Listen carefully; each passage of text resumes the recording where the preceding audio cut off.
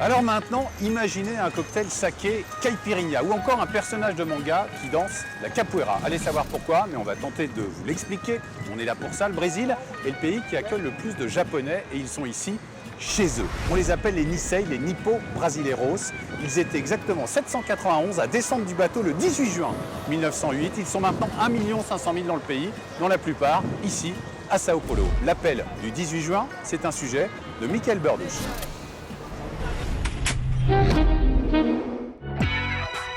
Ne soyez pas surpris si vous entendez parler japonais dans les rues de Sao Paulo. Dès 1908, 165 familles foulent le sol brésilien pour venir travailler dans les plantations de café.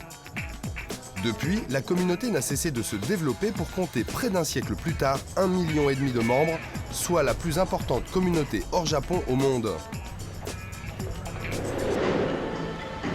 C'est à Libertad, le quartier nippon de Sao Paulo, que l'on retrouve principalement les Nikkei, les descendants de Japonais.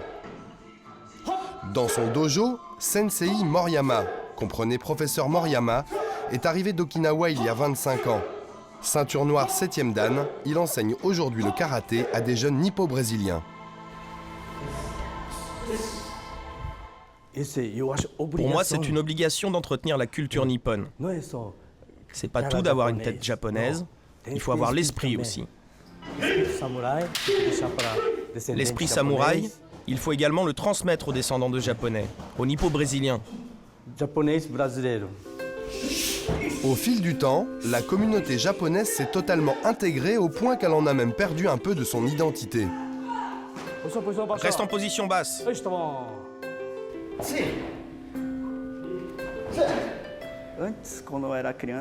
Quand j'étais môme, les gens disaient « Ah, regarde le japonais !» Ça, aujourd'hui, ça a changé. La communauté japonaise de Sao Paulo est l'une des plus anciennes de la ville. Ici, 5 générations de Japonais se sont fondues dans l'une des villes les plus cosmopolites du monde. Même au Brésil, l'intégration est un concept qui prend son temps. À peine le temps d'ôter son kimono que M. Moriyama nous fait découvrir Libertad. En bon nippon, il connaît le quartier comme sa poche. Un petit bout du Japon en plein cœur de Sao Paulo. Ça, c'est mon vieil ami. Il est dans le quartier depuis très longtemps. Malgré son importance, la communauté japonaise du Brésil demeure méconnue au pays du soleil levant. Les Japonais ne connaissent pas le Brésil. Ils pensent qu'ici, c'est l'Amazonie, le football, la samba et le cannibalisme. Ils ne savent pas qu'il y a beaucoup de Japonais qui sont ici.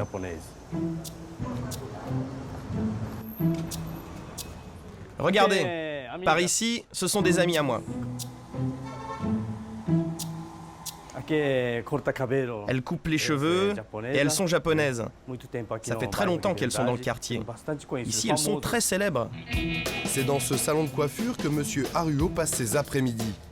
Ce retraité de 81 ans est le doyen du quartier. Il est arrivé au Brésil à l'âge de 4 ans. Ses parents sont venus cueillir le café. Les premiers immigrés étaient considérés comme des esclaves. D'ailleurs, les immigrants japonais sont venus pour les remplacer après l'abolition de l'esclavage.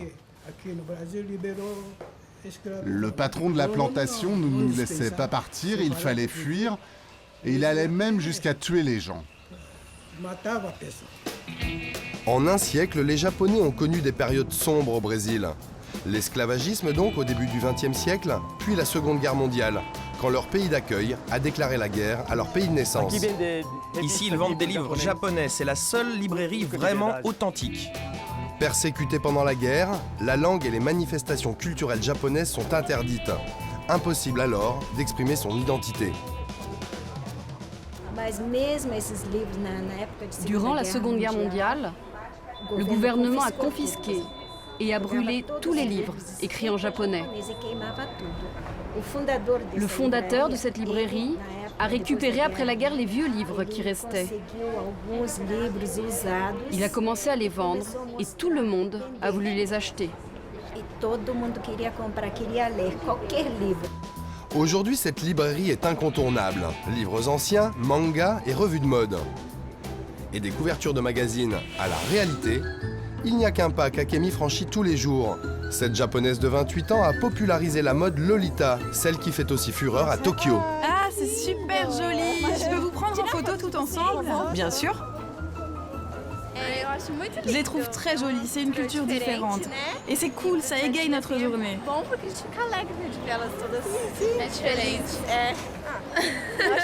Mais c'est too much pour moi, mais c'est joli. Akemi est arrivée au Brésil à l'âge de 19 ans. 6 ans plus tard, elle se lançait dans la mode Lolita avec une toute petite ambition, changer le monde. Le monde est plein de problèmes, de choses moches, de crimes. L'univers des Lolita va changer tout ça, va apporter plus de bonheur, plus de paix, de glamour et d'amour. Et c'est ça l'essentiel. Akemi enseigne le japonais avec une méthode pédagogique unique au monde, le karaoké. Aujourd'hui, 5 élèves. Attention, vous rentrez dans une salle de classe.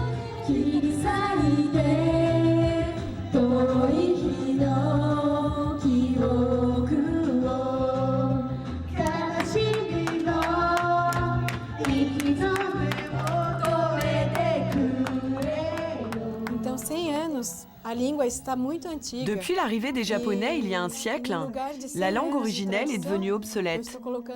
Moi, j'apporte quelque chose de nouveau. C'est pour ça que mes cours ont beaucoup de succès.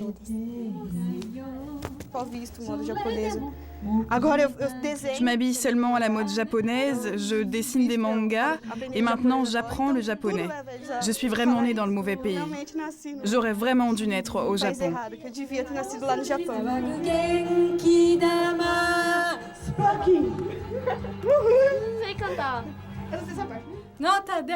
Bon, je mets 10 sur 10. Bravo à toutes, c'était super. Ah, j'ai presque plus de voix. Akemi et le Japon, c'est une histoire d'amour. Cet après-midi, on la retrouve à la 12e édition du salon annuel manga de Sao Paulo. Tous les fans de la japonimation sont réunis. Attention, tenue correcte exigée. Pour rien au monde, Akemi n'aurait manqué cet événement dont elle est l'une des stars.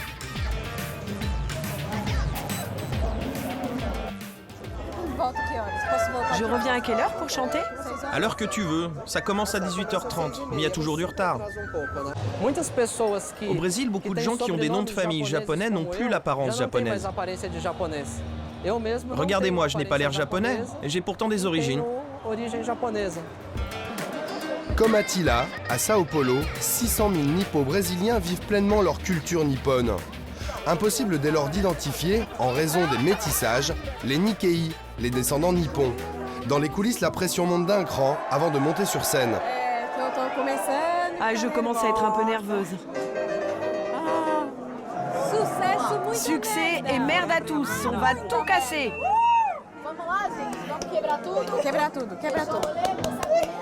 Merde.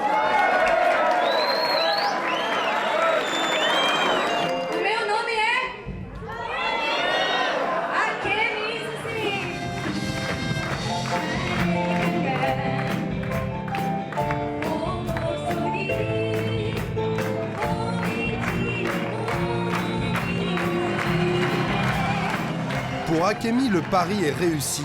Dans 6 mois, lors du prochain salon, elle reviendra enflammer les planches. Désormais, grâce à elle et ses disciples, la mode japonaise est plus que jamais vivante à Sao Paulo. Mieux encore, la jeunesse nippo-brésilienne a remis sur les rails une culture nippone en perdition depuis des années.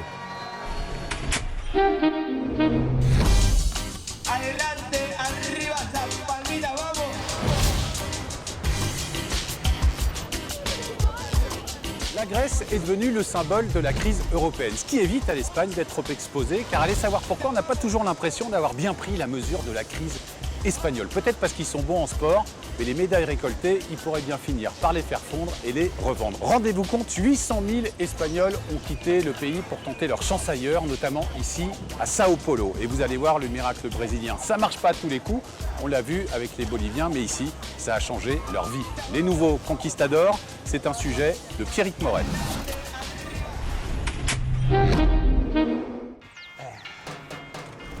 Nom, Jesus.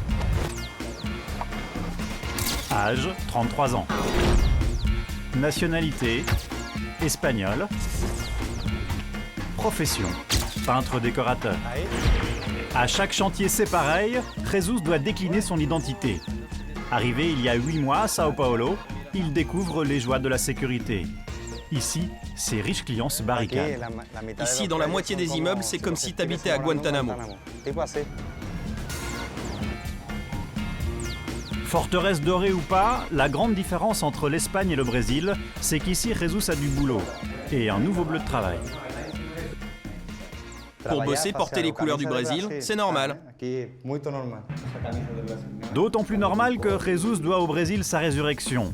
En Espagne, il vivait heureux jusqu'à ce que la crise économique le flanque au chômage en 2007. Là-bas, j'en étais au point où je ne pouvais plus payer l'essence de la voiture. La situation de l'emploi était désastreuse. Je suis arrivé ici avec mon épouse et j'ai commencé à travailler dès le premier jour. Ici, il y a du boulot à gogo. Ruiné en Espagne, ici Jesus gagne sa croûte et plutôt bien même. 3 000 réals par mois, près de 1 200 €, c'est 5 fois le salaire minimum au Brésil. Ici, ma vie a beaucoup changé, du tout au tout. En mieux, bien sûr. Jesus, c'est l'énergie de la jeunesse perdue pour l'Espagne. Aujourd'hui, le pays est laminé par le chômage, plus de 40% chez les moins de 35 ans. Du coup, beaucoup sont poussés à l'exil. Un chiffre clé en 2011, 800 000 d'entre eux ont quitté le pays. Les Espagnols qui croyaient en avoir fini avec les grandes migrations ont dû se faire une raison. Mes parents ont émigré en Allemagne quand j'étais jeune, à l'époque de Franco. J'assure la continuité de la famille.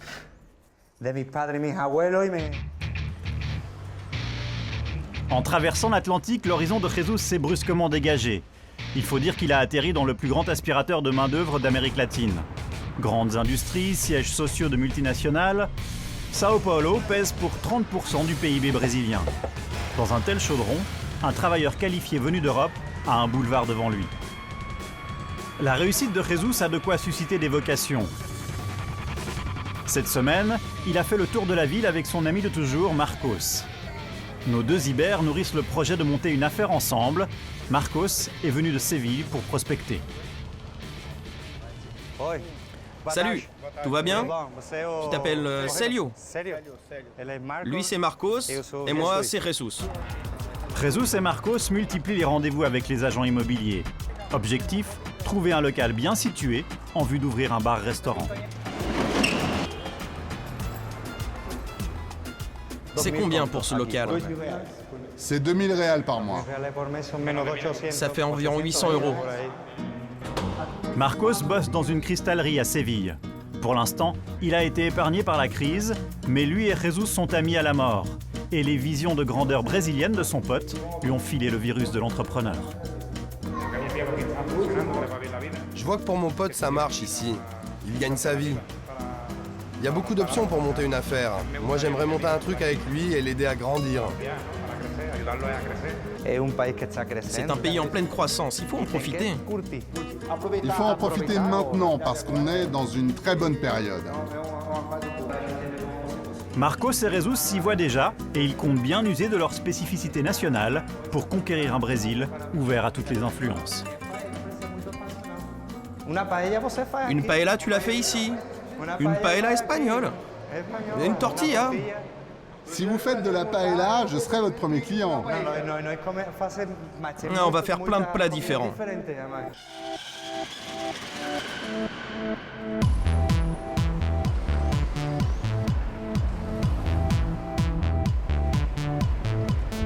Les vieux équilibres mondiaux basculent, les économies du Sud dament le pion à celles du Nord et attirent des conquistadors d'un genre nouveau.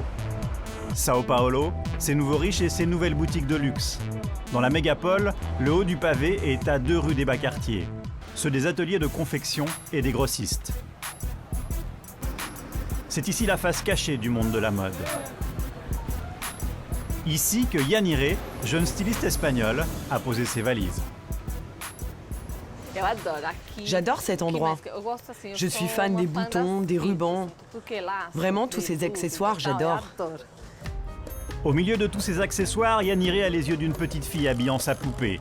Mais Yanire ne joue pas, elle est chef d'entreprise et c'est beaucoup plus terre à terre. Il faut être ici pour produire. Là-bas, en Espagne, il n'y a pas moyen d'être compétitif. Oui, vous savez, on a beaucoup de clients du monde entier ici. Les coûts de production, la compétitivité, voilà ce qui a poussé Yanire à quitter l'Espagne pour créer à Sao Paulo sa propre marque de vêtements. Elle fabrique ses collections dans un atelier du quartier. Là, c'est la salle principale. Il y a les tables de modelage, c'est là qu'on découpe.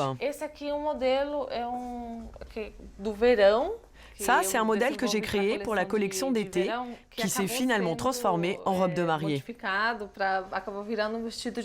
Yanire fait presque du sur-mesure et en très petite quantité.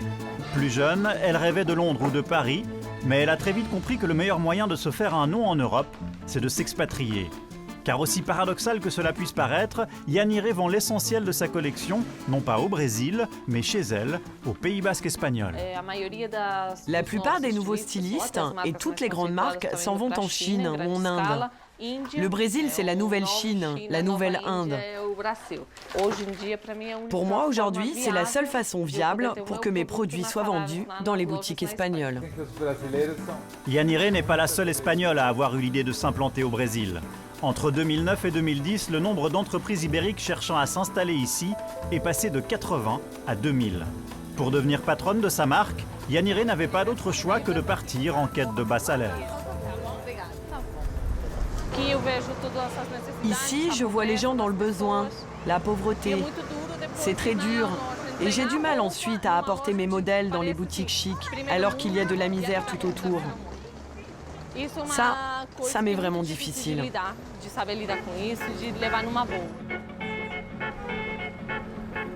Yanire est une enfant de la globalisation, mais la voie qu'elle emprunte écorche ses propres convictions. Elle nous emmène chez les Indignés, un mouvement de contestation globale né chez elle en Espagne au printemps 2011. Même dans un Brésil en pleine croissance, le modèle économique est remis en cause. C'est un pays avec de nombreuses opportunités, mais aussi avec ses problèmes. Ici au Brésil, il y a un boom économique, mais il ne profite qu'à peu de gens. Les riches s'enrichissent et les pauvres gagnent très peu. Et pour vous, Yanire, le Brésil, c'est votre Eldorado? Eldorado, ça a des connotations négatives liées à l'exploitation, le fait d'arriver, de prendre et de partir. Yanire projette pourtant de repartir un jour en Espagne, car là-bas ses créations commencent à être reconnues. Yanire, une jeune patronne qui navigue entre idéaux et ambitions. Sur la Paulista, la 5e avenue locale, il y a les Indignés, et à l'autre bout au même moment, Jesus et Marcos qui se disent au revoir, et surtout, à bientôt. Marcos s'en va demain, mais il compte bien revenir très vite. Ici, t'as une maison, mec, tu le sais. La porte est grande ouverte. Comme on dit au Brésil, benvindo. Toi-même, tu sais. Salud. Les deux compañeros trinquent à leur amitié, à leur projet au Brésil, et au goût de la vie retrouvée par Jesus.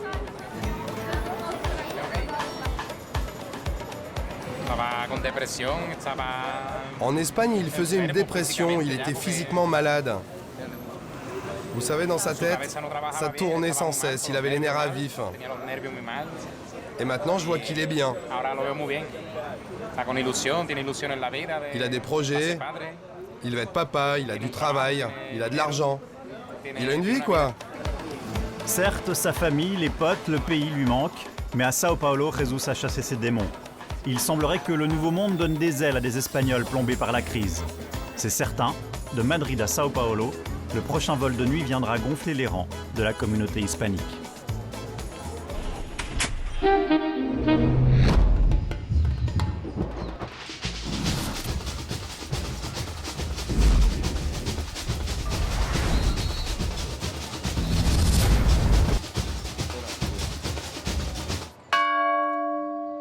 c'est ici que tout a commencé, là, à mes pieds. C'est ici que la ville de Sao Paulo a été fondée et c'est ici qu'on va terminer pour aujourd'hui. Les paroles ne salent pas la soupe, a-t-on l'habitude de dire dans les rues de Sao Paulo.